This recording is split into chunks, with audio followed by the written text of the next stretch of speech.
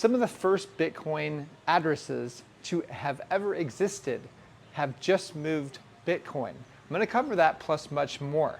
You're going to want to hear this. So first off, we have Larry Fink on CNBC saying that he says that he was wrong about Bitcoin. So Larry Fink was publicly against Bitcoin until he figured out a way how to capitalize off of Bitcoin and how to make it more centralized. In my opinion, and this is what he's done. So I don't think I think what's happening is he is playing stupid, because anybody with any bit of intelligence knows you don't trust anyone from BlackRock.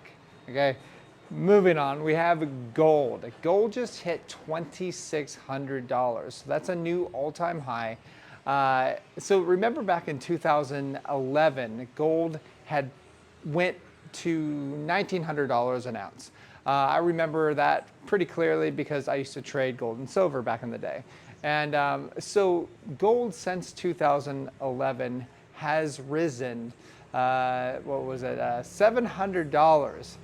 So can you imagine having invested in gold or instead of Bitcoin? So can you imagine the opportunity cost lost if you had just invested in gold and not into Bitcoin at the time? Bitcoin was very, very cheap. So the price of Bitcoin at the start of 2011 was 30 cents.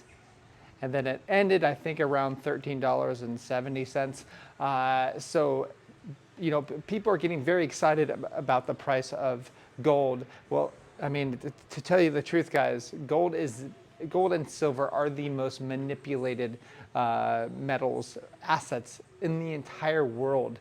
There's something actually called the London Gold Fix that happened back in the day, where they actually fixed the price of gold. Now later it turned into the LBMA, London Bullion Metals Association, to where they continue to fix the price of gold on a daily basis. This is not a joke. Go ahead and do your own research yourself. This is why Heidi and I have very little gold, and we have mainly Bitcoin, because of this exact reason. So many asset classes are manipulated, but none of these assets have a blockchain like Bitcoin, and that is why we are so confident in Bitcoin, because you can't just print Bitcoin out of thin air. You can't just flood the market with paper Bitcoin without people going, hey, wait a second, that's fake Bitcoin.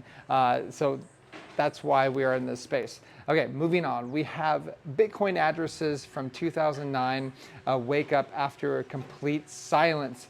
Some of the earliest Bitcoin mining addresses just woke up. $15.9 million of Bitcoin, 250 Bitcoin just moved from 5 addresses active in the first month of Bitcoin's existence, January of 2009. And so, guys, this happens actually a lot. So, and this tweet was from Akram Intel, and I saw underneath the comments that a lot of people were pretty worried about this, going, hey, this could, you know, collapse the market, whatever, that people know something. Well, guys, this happens about every 6 months, to where early Bitcoin is moved from address to address or cashed out. I mean, why not? If you were an early investor in Bitcoin, why wouldn't you? So this is completely normal. This has nothing to do with the fundamentals of Bitcoin whatsoever. And Heidi and I are very chill here. Moving on to the last story, we have a lot of people saying that $58,000 was it. It's never going to go below $58,000 after this recent rise, after the FOMC meeting. So here are a couple people. You have Mark Harvey saying, we did it. You can kiss $58,000 goodbye. We are never going back. Thanks, Fed Chair Jay Powell. So apparently Mark does not follow this channel, because I say to the people, our followers have been saying this for a long time, FOMC meetings are completely meaningless when it comes to the price of Bitcoin. And if you know this, if you are part of learningcrypto.com, if you're a member there, you will know that I am very confident that we are going to go a little bit lower before we go much, much, much higher. We're going to $100,000 plus, in my opinion. But first, we are about to go probably down further than all of these people think. Also, Mandrick says, I don't say this lightly, and you can take it to the bank. We will never see $58,000 a Bitcoin again. And also Fred Krueger says there's no more 58,000 gang. It's over. Never coming back ever. That got 140,000 views on it, and Mendrix one got 106,000 views.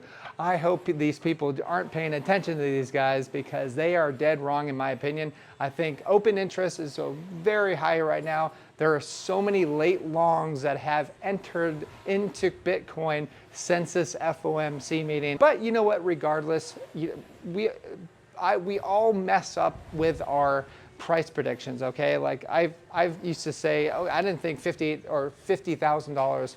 I thought $50,000 was the bottom, and we went to $48,000.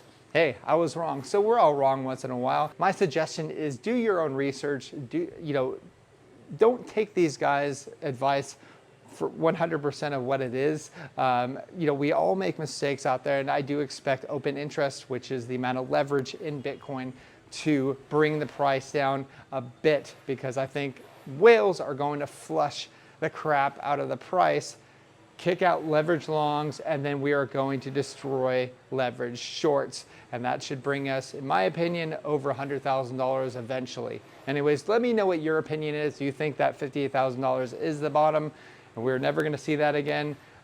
Leave your comment down below. Anyways, that's all I have. Like and subscribe. Talk to you guys soon.